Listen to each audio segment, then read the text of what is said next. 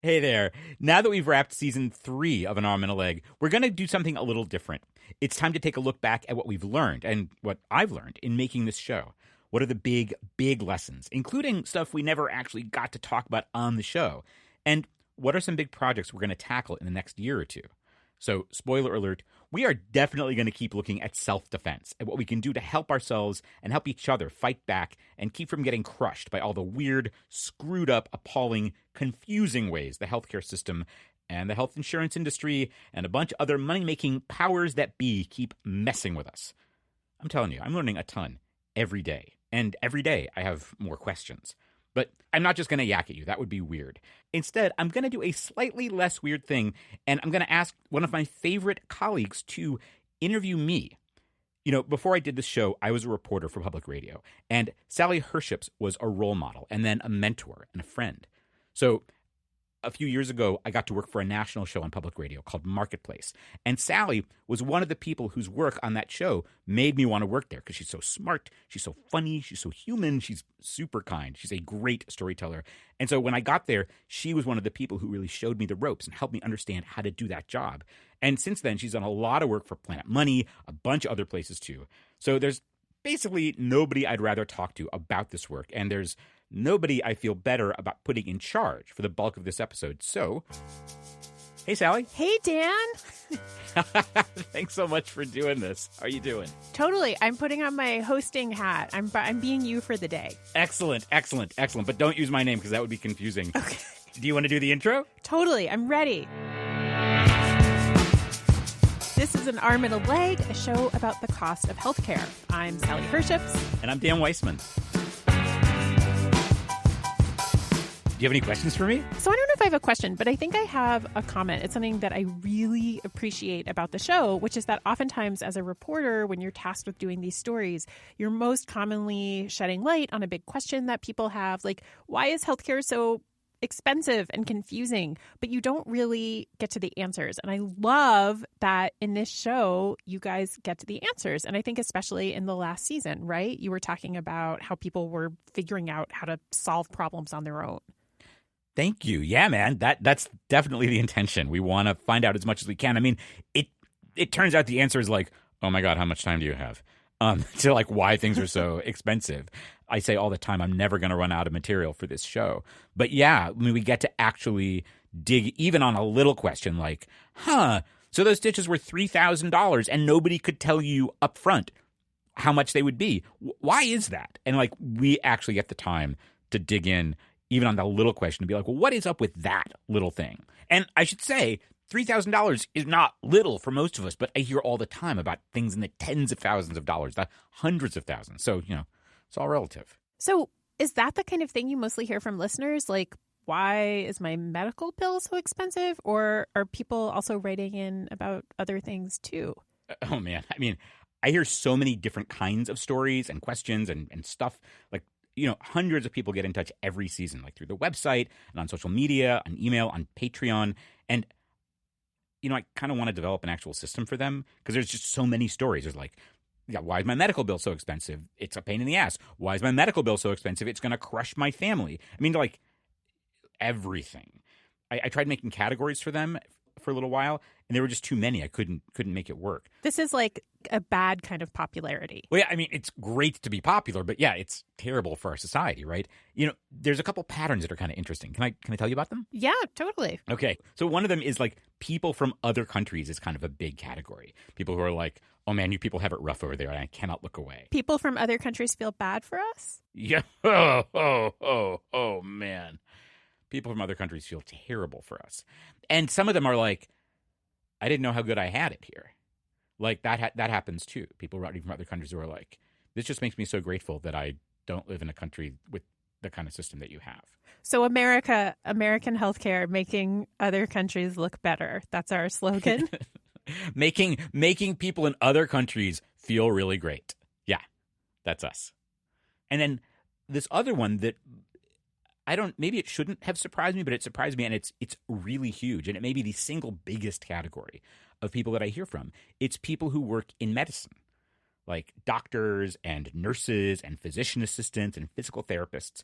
So when we did a listener survey at the end of season 2, one of the questions I asked, because I was curious, I was like, this is a lot of people. I asked, like, do you work in medicine or a related field? And like a third of the people said yes. So wait a minute. You mean people, like some of the people who are listening and writing in, they are not just normal sick people. They're also the healthcare provider. Like the people who are creating the bills and the medical costs are also listening? Well, yeah. I mean, this is the thing. Like, if you're a doctor or a nurse or a physician or whatever, people don't feel like they're, like, in charge. They don't go into this in order to, like, make a gazillion dollars. I mean, some people who are doctors make a good living, but they could probably also make a good living, like, on Wall Street, right? If getting into medical school is hard. And, you know, lots of other people don't make spectacular salaries as, like, nurses or physician assistants or whatever. I mean, those are solid careers that require serious training and education. But, you know, the people I hear from are like, I want to help people. And they're saying, like, it hurts my heart, you know, that I'm here to help people. Aww. But I'm part of a system that's actually causing them huge problems. And are they feeling frustrated by the system too? Big time. Yeah. Just a couple weeks ago, I got a note from somebody. She said she's a nurse midwife. And she works for what she calls it a quote unquote nonprofit Catholic hospital. And she says, like, I'm sure the sisters who started it over 100 years ago would be furious about how it's run. And the end of the note is like, if you ever need an insider to tell you how the system also ties the hands of providers, I'm your gal. Keep fighting the good fight. Wow. It's really heartening, right? In that listener survey, we asked for a lot of like open-ended feedback. And the one thing that stuck with me the most, there were a lot of things, but was another person who wrote, who was a nurse, and she was like, listening to this show makes me an advocate for change. Whenever I can, my patients get your information. Aw, that's kind of great. That's amazing. Yeah, yeah. You know, the other super memorable one was this woman who wrote in was like, I recently retired from running a hospital. Because it's not just the doctors and the nurses. It's like, I hear from people who are like, I work in the insurance industry. I'm an administrator. Like, nobody feels like they're actually running things. And this woman had recently retired from running a hospital system, like a whole chain of hospitals. And then her nephew got sick with cancer, really sick. And she was like, I'm your advocate. Don't pay a single bill until I've gone through all of them. And she went through all of them, and she found tons of errors and tons of things that just needed to be argued with. And she was like, I know this stuff better than anybody, and this is an enormous amount of work for me. And obviously, I wanted to do a story with her, but she was like, no, I can't go on tape with you. I was like, why not? She was like, well, where my nephew lives, it's kind of a small town. And the hospital doesn't see that many people. Like, basically, she said, I think somebody would recognize my voice. And they'd be pissed because I'm calling out the ways in which we're being overcharged. And that would affect my nephew's ongoing care. Wow. Yeah.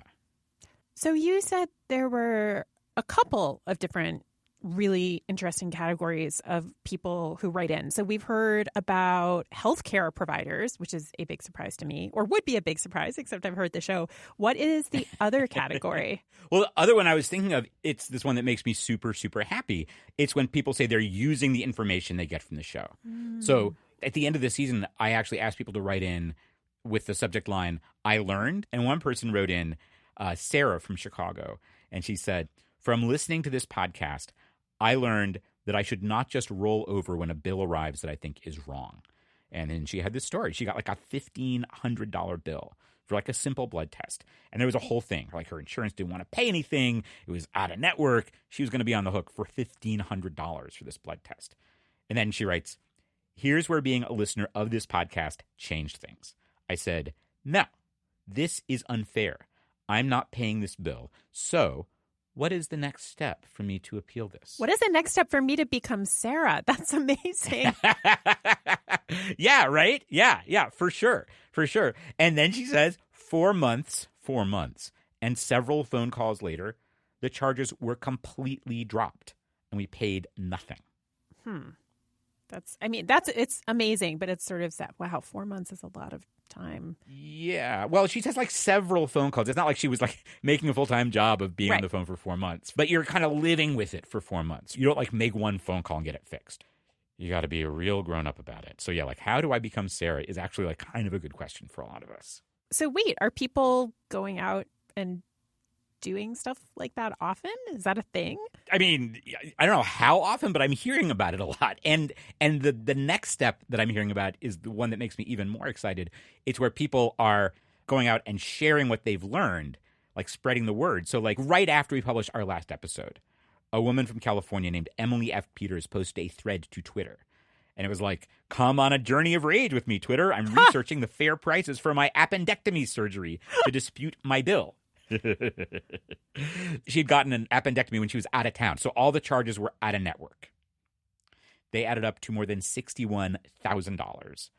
And the good news was her insurance paid like $54,000. Wow. Yeah, she's like, that is way more than fair. And then the hospital is like, so Emily, about the other $7,000 in change, when are we going to get that from you? She demanded the itemized bill. And then she started looking up the going rates for the area where the hospital was. And she found these like giant whoppers, like there's an abdominal CT scan. She found the going rate for that scan in that area is $279. Her bill showed a charge for $6,662. Wait a minute. That's like a huge percentage difference. That's basically like $300. Yeah, I'm not doing them. It's what, like 20 times? That's like 2,000%. Yeah. I mean, there's another one. She was like, oh, here's a basic blood test. The going rate is $55. On her bill, it's more than $1,000. Oh my God. Yeah. And she's like, I'm fighting all of these. And in the middle of this whole thread, she like links to our episode where she learned this. And she's like, thanks, Arm and a Leg Show, for teaching me how to do this. We did our episode called Can They Freaking Do That? Like, we went through all these steps. And I was like, in the middle of that episode, I was like, you might want to get a pencil here. And like, you know, she did. You should give out licenses. Have you considered that? Yes. We'll get to that. Yeah. I think this is kind of where things want to go from here, is like, how do we make this into a kind of a community education project? Right? How do you make it into a community education project, Dan? I don't know, man. I mean, I've got the beginnings of some ideas, and we're going to talk about them right after this break. This season of An Arm and a Leg is a co-production of Public Road Productions and Kaiser Health News. That's a nonprofit newsroom that covers healthcare in America. Kaiser Health News is not affiliated with the giant healthcare provider Kaiser Permanente. We'll have a little more on Kaiser Health News at the end of this episode.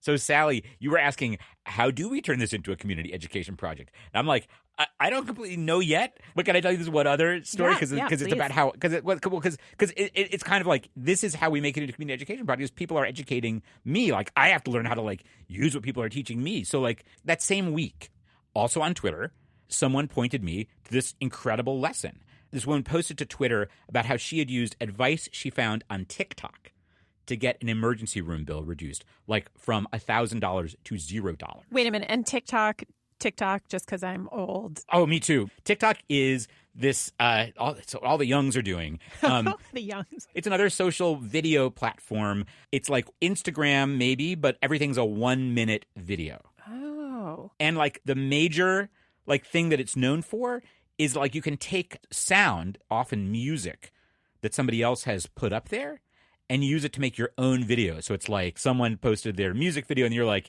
here's my video of me doing a thing to that music. But people also just use it like 1-minute videos.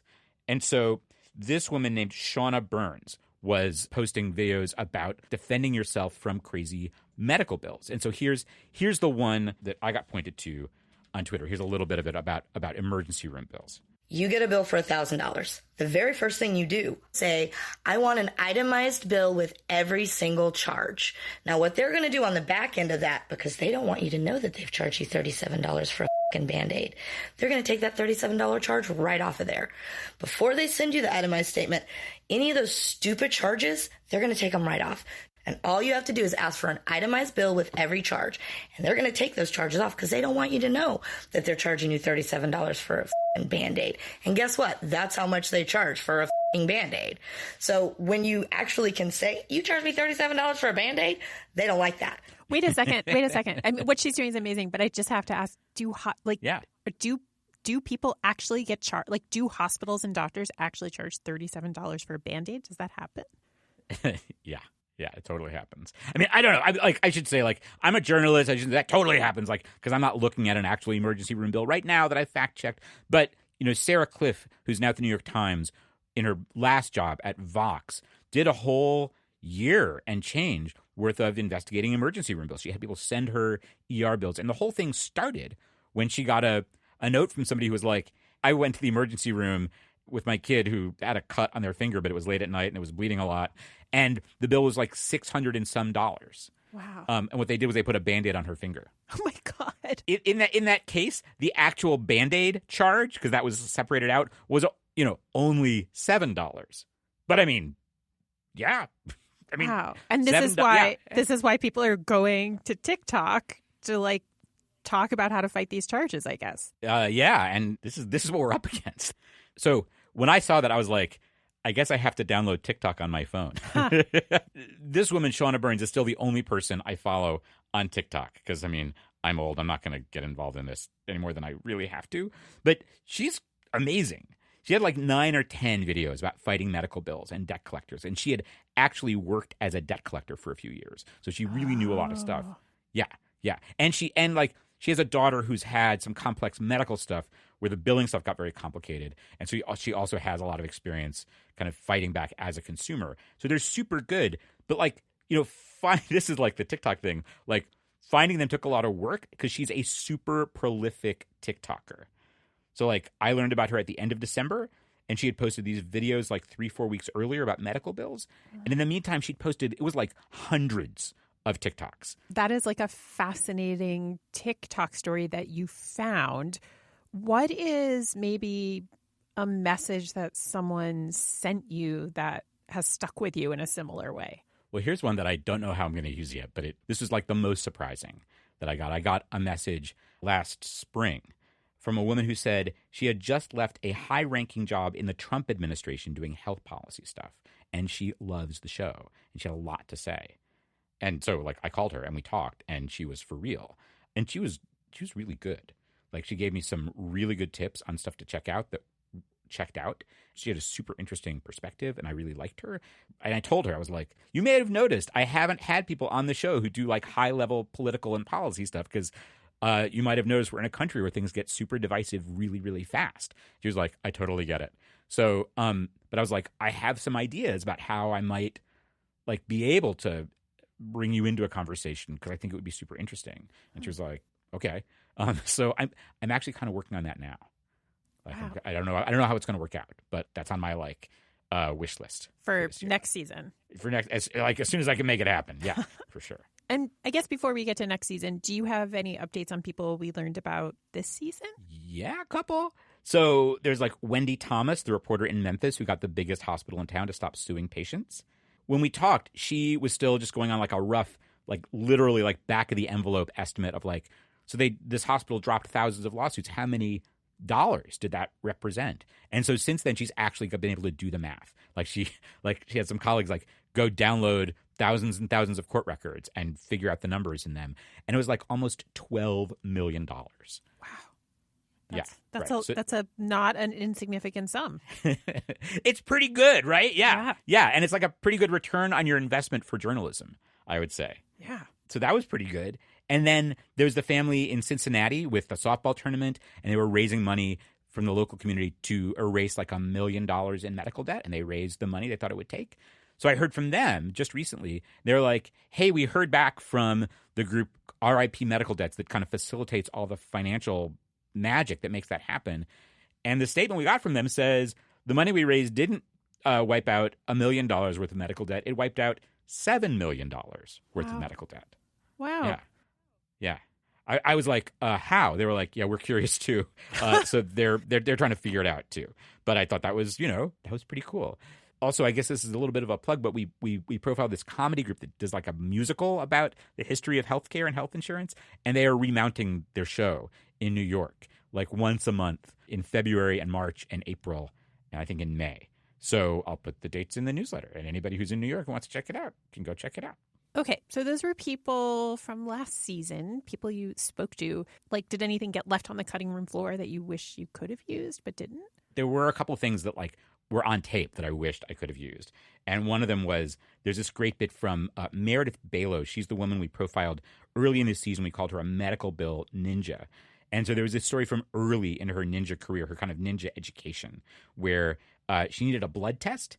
And her doctor was like, you need this blood test, but I got to tell you, the lab work, you run it through my office, it's going to cost you like $400.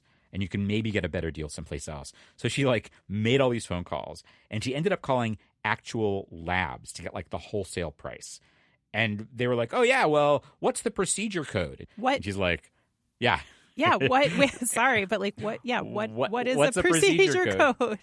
Well, yeah, and here I'm like, oh, yeah, I should have that written down. But there's all this medical coding where it's like, I need a blood test. Well, is it blood test 5475A or blood test 5475B, where we run this different process on it, right?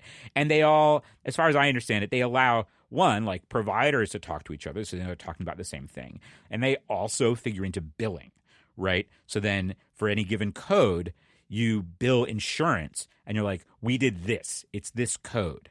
Got so it. these codes are like what's behind the curtain. They're the way these people all talk to each other. Cool. So she needed that, and she was like you and me. She was like, "What's a procedure code?"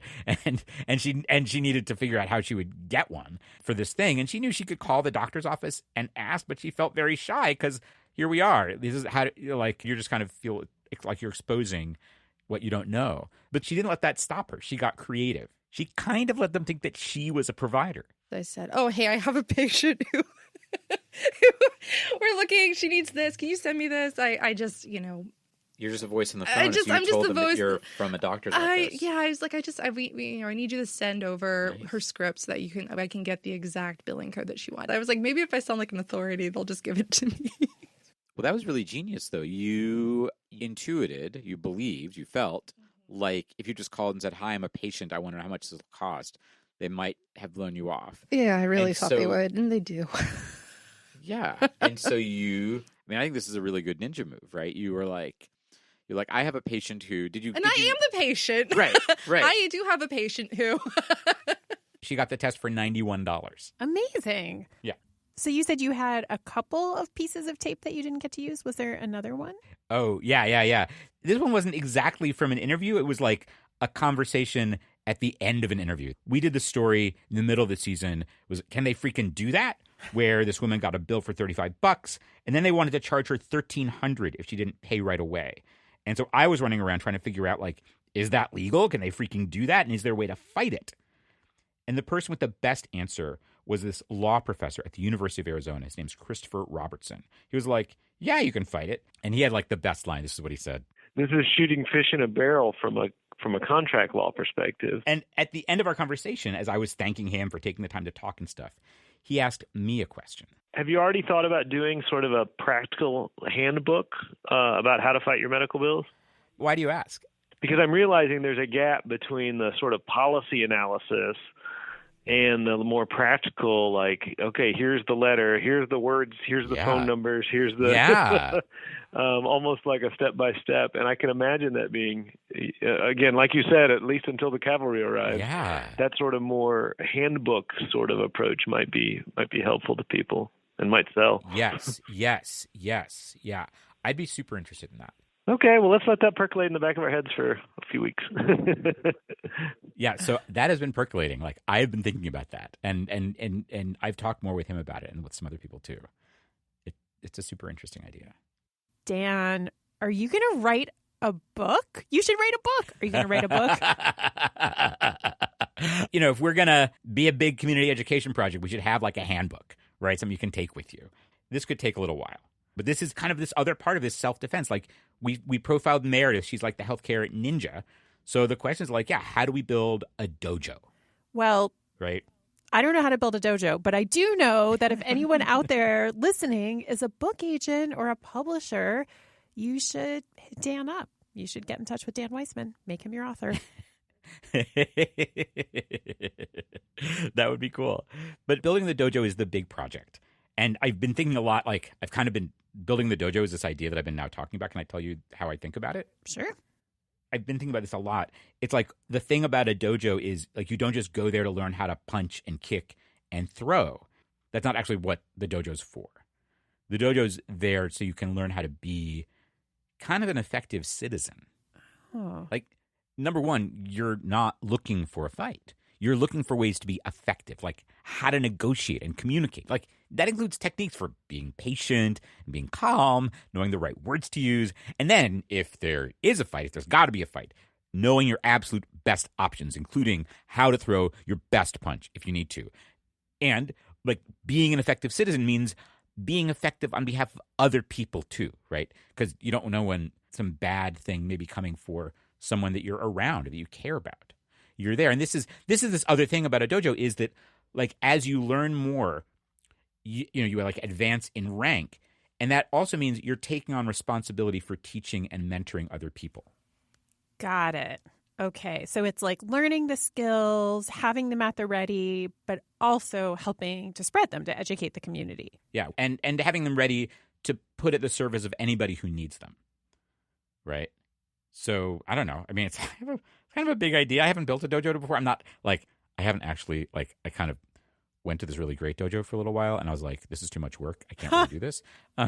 So my experience is limited, but I really liked it and I think it would be cool. So maybe I should call those people up and tell them like, I still don't know if I can do karate the way you do it, but like, I really want to learn how to do things the way that you do them. So what are you going to do next? Like, what are the next steps? Well, we're going to make more episodes of this podcast. We're going to release some in a few months and then more later in the year. And in the meantime, I want to, like I was kind of saying before, I want to really use these other tools that we have to keep this conversation going. You know, we're on social media. I'll give the little plug. We're on Twitter and Instagram at Arm and a Leg Show. We're on Facebook. That's facebook.com/Arm and a Leg Show. So we're there. The thing that I want to use the most is our newsletter, because the newsletter goes directly to your inbox. Like I follow a lot of things on social media and like I assume that I'm missing 99% of what anybody I follow posts on social media, and I'm okay with it. So I want to like use our website and the newsletter to like have a place where we're able to kind of where I'm able to share what I'm learning and share what people are sending in and keep this conversation going between seasons. So here's where I give the address to actually sign up for the newsletter. It's armandalegshow.com/newsletter. armandalegshow.com/newsletter. And you can see all the awesome TikTok videos from Shauna Burns, and you can sign up there and stay with this conversation. So that's the big thing. Cool. Yeah. There is this other thing that is a bit of a next step that's kind of celebrating the community we're already started to build. Can I give this little spiel? Yeah, please. So we're about to hit 500 supporters on Patreon. This is a goal I set at the beginning of the season. We are like just about there. And I've been promising that we'll celebrate, and that is happening. So Sean O'Neill, who designed our logo, is making these 3 super cool things for everybody who signed up, who's part of this first 500-person cohort. So first, there's arm and a leg Band-Aids. And there's a version of this that I already send out to people who give $20 a month or more. And I'll keep doing that. And those are like refrigerator magnets, which are awesome. You can display them on your fridge forever. But these Band-Aids, Sean is making, they're stickers you can print yourself at home. Because, I mean, Sally, the postage on 500 packets of stickers would kill us. And me taking it would take me like a week to stuff 500 envelopes. And I should probably be doing other things like make the show. But so Sean and I are working on it so you can print them onto address labels. I just ordered myself a packet from Amazon for like $3 delivered. You can get a packet with like 10 sheets, 32 a sheet, 300 stickers. So that's one, arm and leg Band-Aids. Second, another big print-it-yourself sticker, like big round stickers. Again, I've ordered these for a few dollars. You can get dozens of blanks that go in your printer. And so when we put all this stuff out, I'll include links to like where you can get these things for cheap. And then, but my favorite part, and this is kind of something you were talking about before, are like membership cards. Oh, become an right? arm and a leg member. Licensing. Yeah. This is your certificate, right? Yeah. So if you're part of this first cohort, you get this one-time thing. For now, it's a membership card in the Arm and a Leg Ass-Kicking League for Self-Defense and Mutual Aid Against the Awful Costs of Healthcare. I want it. Sign me up. I want to join. Yeah. Okay. All right. It's patreon.com/arm and a leg show, or you can go to armandalegshow.com/support for the link to that. Yeah. It will entitle the bearer to all the rights and privileges of membership and certifies you're with us. And this is the one-time part, because I think eventually everybody should have if you're with us, everybody should get this. But this one says, you're a charter member, like class of February 2020. Amazing. Yeah. Yeah. So anybody who signs up before March 1st, 2020 gets this.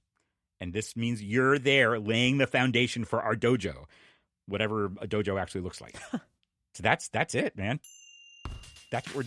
Sally, we've come. I gotta go do that. I gotta go make the show. I gotta go write the next newsletter. I gotta do those things. We're gonna put this out.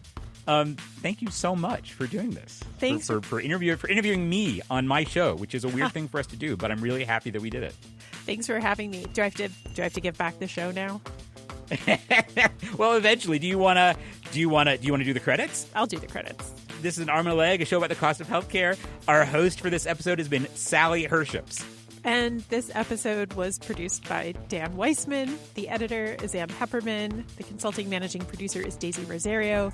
Music by Dave Weiner and Blue Dot Sessions. Adam Raymunda is the audio wizard. This season of An Arm and a Leg is a co-production with Kaiser Health News, a nonprofit news service about healthcare in America that's an editorially independent program of the Kaiser Family Foundation. All right, cool. I'll take it back here. Kaiser Health News is not affiliated with Kaiser Permanente. That's the big healthcare provider. The two groups share an ancestor. That's it. It's this guy, Henry J. Kaiser. He had his hands in a lot of different stuff, and it's kind of a fun story. You can check it out at armandalegshow.com/Kaiser. Diane Weber is national editor for broadcast. Tanya English is senior editor for broadcast innovation at Kaiser Health News. They're editorial liaisons to the show. They're kind. They're smart. Our special guest host for this episode is Sally Herships. Sally, thank you so much for doing this with me. Thank you. One last thing we're going to do. I'm going to thank our newest supporters on Patreon, and there's a bunch of them. In fact, we're going to say thank you to the following 74 people who joined us as patrons in the last few weeks in amounts that range from $2 a month to $100 a month. Thank you so much.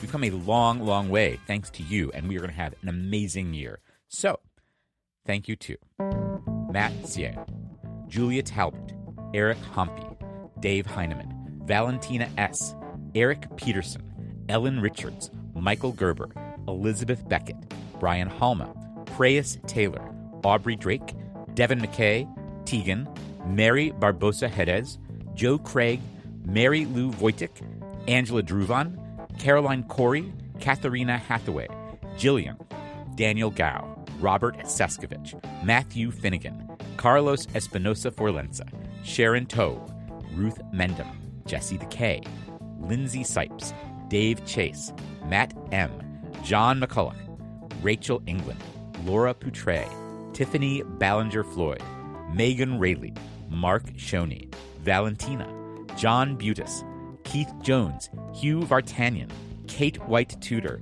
Janet Serrano, Claire McLaughlin, Tracy Eliasson, Michael Brofman, Elsa Ashelford, Michael Stella, Erica Murdoch, Sheila Watley, Gabrielle, Yusuke Frederica Kimura, Mary Kate Harkreader, Jack H. Levy, Susan Lupiani, Lenore Hare, Russell Yanofsky, Tim Inkelbarger, Danielle, Print and Marketing Solutions Group, Peggy Chapleski, Gray Hilliard, Shelby Kennedy, Mina Siang, MD, Laura Jurgensen, April Kuhnhoff, Arnie and Banford Weissman, David Weissman, Lenore Weissman, Rose Gazin, Coffee and Creatures, Kyle Vath, Scott Fry, Rena Campbell, Johanna Schoon, and Kaylin Bezanar.